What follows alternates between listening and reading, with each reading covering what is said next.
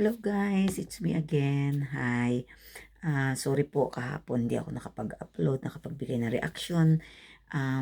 Kasi I'm busy. Busy po ang lola nyo. Eto na. Nagbibigay po ako ngayon ng reaction. Ito po ay bago ako magsimula ay shoutout po mga pala kay Kuya Bal Santos Matubang, ang ating ama ng Kalingap, Ate Edna Vlogs, Kalingap Rob, Dodong Ruel, Ruel of Malalag of course, and um, Mighty Amy. And syempre sa aking Team Organic and sa aking laging nakasubaybay at laging nandyan sa tabi ko ang aking Team Tanod. Hindi lang po ang Team Tanod sa tabi ko kundi sa ating lahat. Yan po ang aking Team Tanod. Shout out po sa inyong lahat. Ngayon ang aking re-reactionan ay about Ruel and Rachel.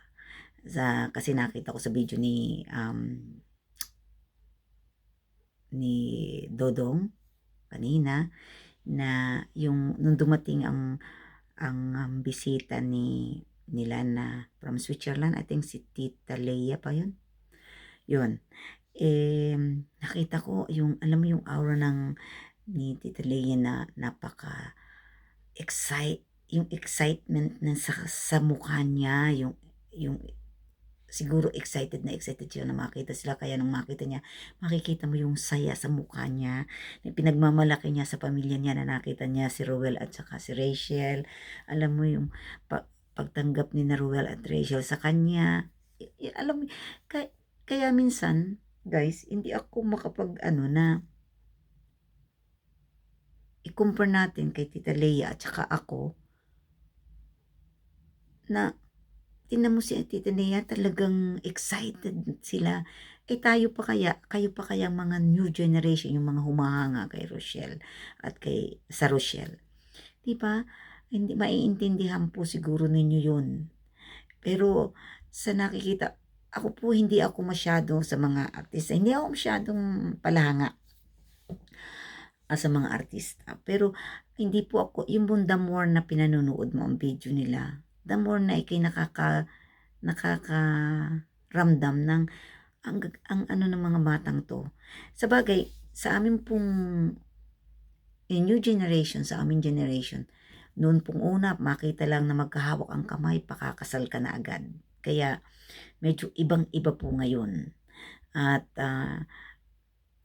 ako po may 2 anak, pero open-minded po ako sa mga anak ko. Kasi yung mga anak ko, kasi new generation na nga po, hindi katulad ng dati. Mahigpit ang magulang, kasi kung nihigpitan po natin ang ating mga anak, ayan po ay, sa ngayon, bihira na po. Bihira na po ang magulang na naghihigpit sa anak. Kasi, ika nga, ibang henerasyon na. Ibang henerasyon na.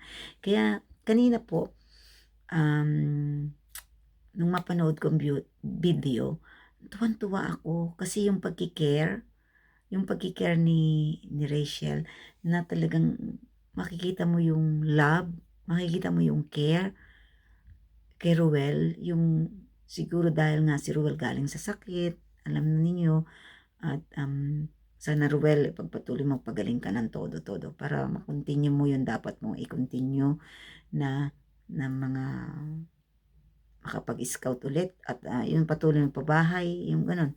So, yun po, ang reaction ko po dito, yung pagiging sweet ni Rachel kay Ruel. Alam ninyo na para bang hindi naman ako dumaan siguro ng ganun ka-sweet, no? Pero I like it. Alam mo yung nakakakilig. Ewan ko, yung iba dyan baka hindi nakilig, pero yung nakakatuwa. Hindi na lang yung kilig po kasi may sa mga may edad namin, baka naman sabihin kumikilig pa, umaano. Ang sa akin lang po yung nakakatuwa. Pagmasdan, alam mo yun. Tsaka kahit naman sino siguro, pag ina-idol ninyo yung isang tao, hindi ko naman sinasabing idol ko yung 2 bata. Parang mga anak ko na yan. Kaya lang, natutuwa ako yung sa chemistry nila.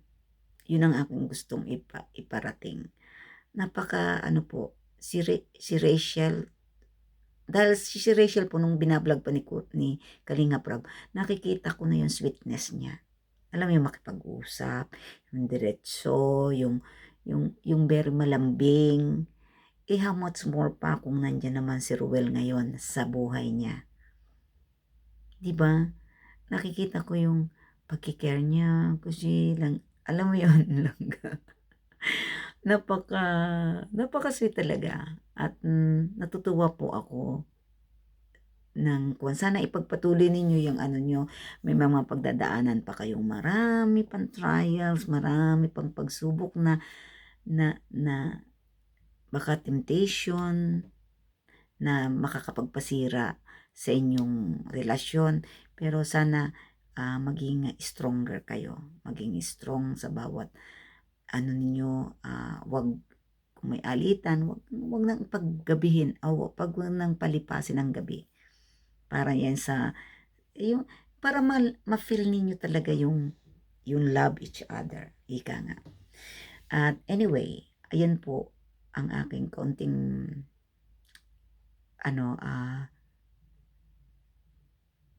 reaction about Rachel. Nung una po, hindi naman ako masyadong maano sa mga angels, ganun din po ako. Natutuwa ko. Sa Jomcar, sa Joker, natutuwa po ako niyan. Natutuwa po talaga ako sa mga team ng Kalingap. Hindi naman sa inaano ko sila, ina-idolize. Ang isa ko lang ina-idol ko po dito, walang iba kundi ang old team Kalingap. Ang ina-idol ko po dito, tayong lahat, kayong lahat. Wala po ako yung sinasabing magpo-focus ako sa isang tao, wala. Hindi po ako ganun tao. Gusto ko po pantay-pantay, gusto ko po nagkakasundo, gusto po masaya ang lahat. So kaya kahit kay Kuya Bal, kay Ate Edna, kay Ate Emmy, kay Tita Emmy, kay Kalinga Prab, at saka kay Dan. Imagine, kahapon gusto ko mag-reaction sa tatlo. Kay Kalinga Prab, kay Papa Dan, at saka kay Ruel.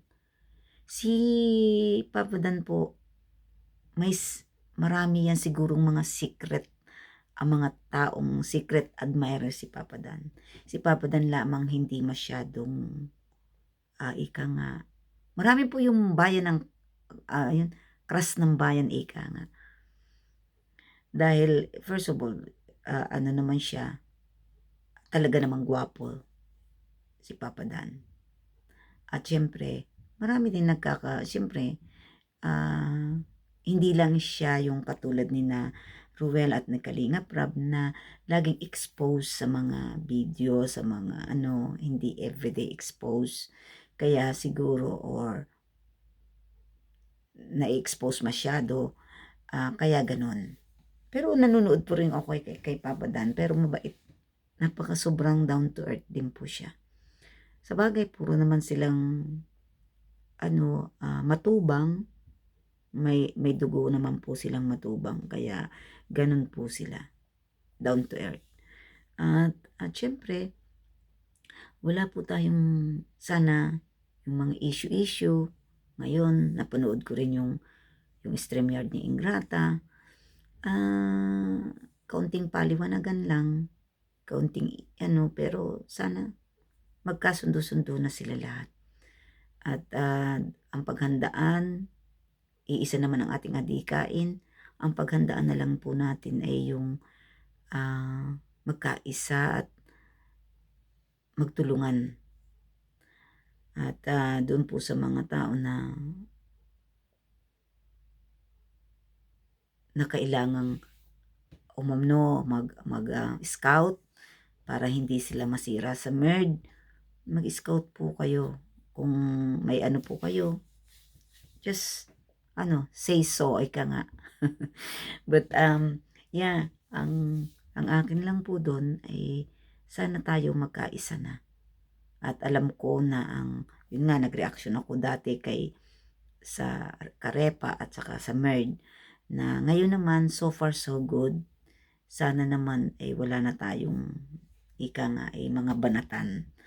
But, hindi mawawala po 'yun dahil ng mga basher. Ang mga basher po 'pag may against to each other, 'yun po lalabas. Kaya hindi na po 'yan ika nga, part na po 'yan ng mga, um, narito sa YouTube.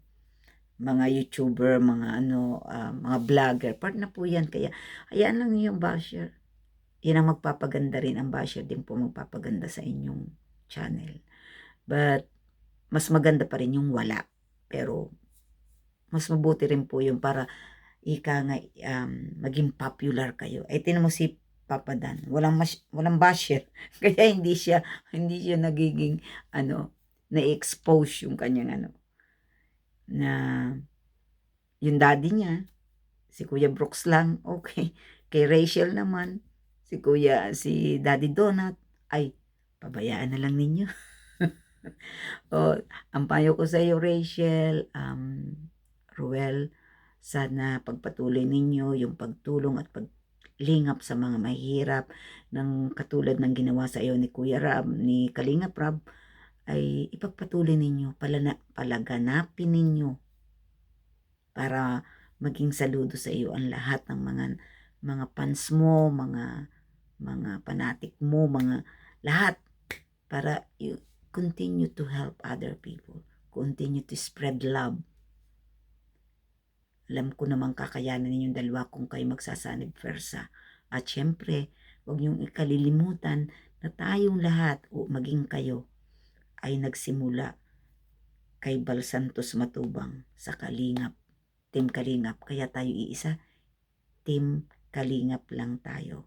Okay? At yun pong mga supporter ko, ay mga viewers ko na hindi po Kalingap, stay put lang kayo dyan. Lagi po sana nakikita ko ang mga message nyo. Sana ipagpatuloy po natin to. At one day, pag may time po ako na medyo ang time ko ay open na kasi ngayon po hektik na hektik talaga schedule ko.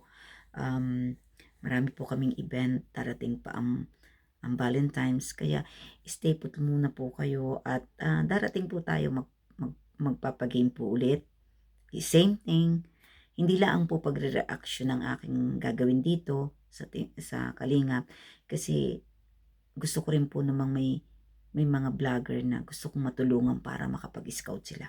Kaya inuulit ko po sa mga hindi Kalingap, sa mga viewers na hindi Kalingap po dyan, stay put lang kayo. At kung willing po kayo patuloy na nagsusupport sa akin, visit po kayo sa Team Kalingap at baka sakali na magustuhan ninyo, go ahead guys, subscribe sa ating munting channel.